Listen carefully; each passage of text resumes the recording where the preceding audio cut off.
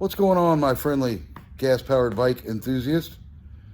All right, today, or behind me, I should say, is the new G4 ceramic cylinder slant head 2020 style engine. Now, I personally don't know how long they've been out, and I'm just now stumbling upon them or whatnot have you, but this is the new style engine. I'll show you the subtle differences it has, and you can make your own decision if you'd like to try one out or not. Now, I will start off by saying we only have 2 or 3 of these out running around. Usually I purchase and guinea pig myself, ride them for quite a bit of time, put some miles and some time on them, and give you my personal opinion on, how it performed and if it's still working good like it's supposed to or not. But right now, I can't say unfortunately, but I have a few customers out, and they are doing the research and development, all the while utilizing the engine. All right, without a further ado, let's check out the G4 engine.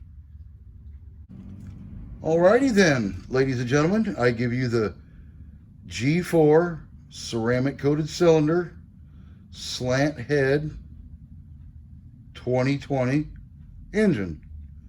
That's what's on the bill of lading, so that's got to be its name. All right, a few of the subtle differences we'll start with. First of all, it does come with bigger ports for the exhaust and the intake. I will give you a slight comparison. As you can see, that intake is a little fatter, which I do believe makes it a 40 millimeter. It utilizes the same carburetor, but it does get a little more air through the intake, as you can hopefully see and compare. That is the old 80cc model intake, and that is the new 6080 intake. So it is giving you a little more air on the intake side. Your standard carburetor still fits on it, so you don't have to purchase a different style carburetor to run that particular style engine. The exhaust naturally is on this one, so I cannot show you the port, but it is a little bigger going into the exhaust. Also, it has the slant head, as you can see there. And it does come with the copper head gasket. Now, a friendly tidbit that I will share.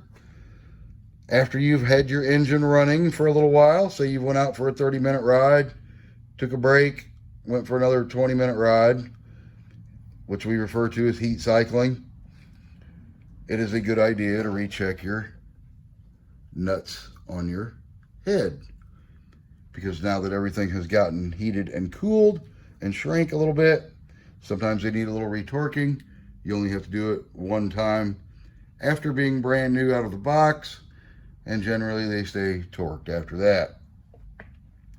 I do have a maintenance video that suggests the things you should tighten up and give a once over in the very beginning of owning your bike, but that's for a whole new video. Scroll through and check out the maintenance video. All right, back to this engine. As you can see, the lower case seems to be a little bit bigger.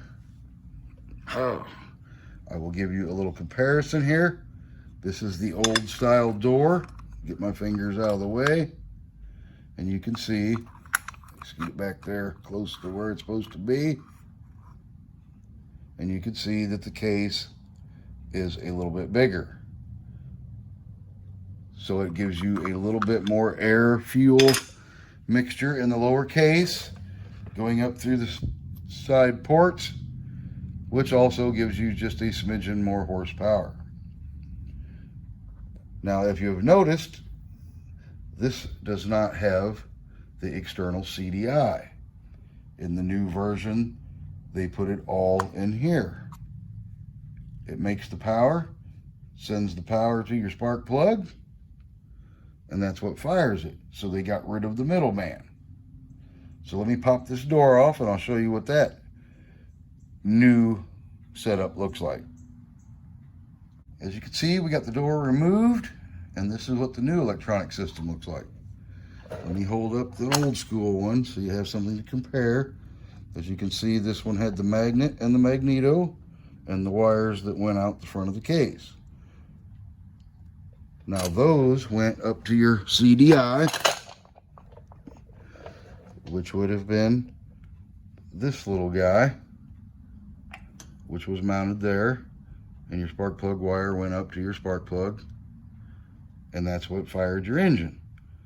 But with the new system, they get rid of that, and they go straight from the magnetic CDI, more of an electronic setup like a automobile would have. Little fans on the magnet produce air to relieve the heat from your electronic parts out the bottom of your cover door. So that is a bonus, because you don't want your electric parts hot. You do want them cooled. That was the first thing I thought of when I saw the engine. I thought, well, man, I don't want all my electronic parts right down there hugging that red hot engine, but they also have thought of that, so they put a fan on the magnet, and it creates wind to cool off my electronic parts. So far so good, no complaints. Like I said earlier, got a few of these engines out running around, which only time will tell, but so far so good. You will note there's only 2 wires coming out of here, which go to your kill switch. Like I said, they eliminated the CDI box that used to mount up here. Your spark plug is part of your magneto CDI. Goes right up there and plugs on your spark plug. I'm not sure I personally like that setup yet, but it's working fine. So just gonna have to give it a little time to get used to. But like I said, it seems to be working fine. Last but not least on this engine, one thing I personally liked about how they put this together is they used the open end nuts, not the acorn cap nuts. And I'll tell you why. Now at the factory, when they put the 4 studs in, because there's 4 studs for those who do not know, they go all the way into the case of your engine. The cylinder slides down on it. Then you put your head on, tighten up all 4 of your nuts, torque it down, and make it like a big sandwich. So everything's tight, not leaking air, and secure. Now in the past, a few summers ago, I don't know why it was a syndrome for guys, but it happened, so I'll share it with you. Guys were blowing head gaskets all the time. And I'm like, my God, people can't be getting this many poorly machined heads and blowing head gaskets every 2-3 months. So I looked into it more technically, and I had personally found that when the factory sends you your bike on some of the cheaper engines, they don't have the studs screwed in evenly, all 4 of them. One might be up an 1/8 inch more than the other, and the other one might be down a 1/4 inch more than the third one. That's not good. So what I noticed the factory does is put a stack of washers on it, and what they refer to as an acorn nut. It has a top, as you can see, before it fell off. They don't even want to be on there themselves. That's how much we don't like those nuts. But really, when you screw that nut down on the stud, and if the stud's up higher, it can bottom out inside the nut. You think you're tightening up the head, but you're really just tightening up the nut to the stud. It's not sandwiching your cylinder and head together. So I've always suggested when the guys got head gaskets, and this cured their problem 100%, they never returned, never blew any more head gaskets, to exchange the acorn nut for open nuts, lose the stack of lock washers that the factory used, use 1 to maybe 2 flat washers at the max, your open end nut, and then torque all of your exhaust nuts.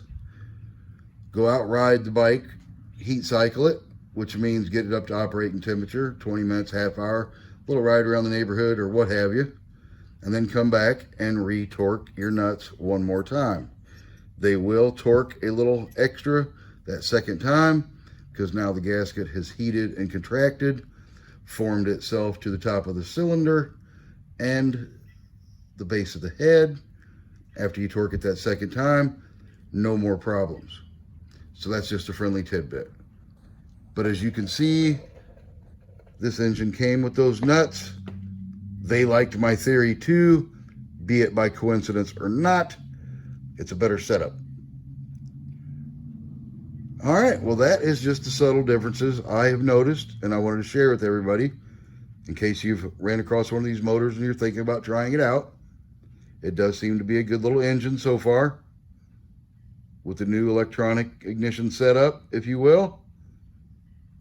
That's what I refer to it. I don't know the real technical term. Like I said, I'm still new to that. I'm sure it has a name somewhere out there, and someone will correct me on that, without a doubt. All right, well, I hope that helps you make an informed decision if you're thinking about trying one out. They seem to be a good little motor so far. Haven't had a lot of time on them. Couple months tops, but they've been problem-free so far, so thumbs up for that. I thought I'd share a little bonus information about yet another style of engine that I thought of when I was explaining the head gasket torquing scenario on the new G4 engine. Now these particular styles, the head, as you can see, there are no studs and nuts sticking up because the head is all one molded piece to the cylinder. So no need to worry about torquing your head nuts because there are any. Now I personally do, if I can show you where it mounts to the cylinder, there and there, I do, after the first heat cycle, re-torque the studs there, or in this case bolts that hold the cylinder assembly to the case. We have ran a handful of these little motors, and they do seem to be quite sufficient. Haven't had any problems with them. So in this brand here, where they eliminated the CDI, these folks eliminated the head gasket. So just, I guess, whatever your choice is, whatever your taste might be, whatever you think's easier for you. But they do have these engines out there. Just a little food for thought. Okay, hopefully this friendly video helped you make a decision on if you'd like to try one of those new G4 engines. I'm not sponsored by them in any way. This is all just my personal opinion and findings over research and development and time. Like I said, we got a few of these bikes out there riding around, probably in the 3-month bracket, and no problems yet. So no problems are good problems, or no problems are no problems, something like that. Okay, well, I hope that explained a little bit about it for those who've never seen one or had the opportunity to see one in person, the subtle differences. All right, I'd appreciate it if you like and subscribe to the Gas Powered Bike channel. It all helps. A thumbs up is greatly appreciated. That also helps in the old algorithm to get out there to see more people, to hopefully help them with their problems in one of our many friendly videos. All right, other than that, I got to get started doing something else. I think the rain's quit, so perhaps for a little bonus footage, I can get this bad fella fired up out there and show you what it sounds like. A little extra bonus footage. Hopefully you can hear me over the top of the engine running. This is the new G4 ceramic cylinder 2000 slam head.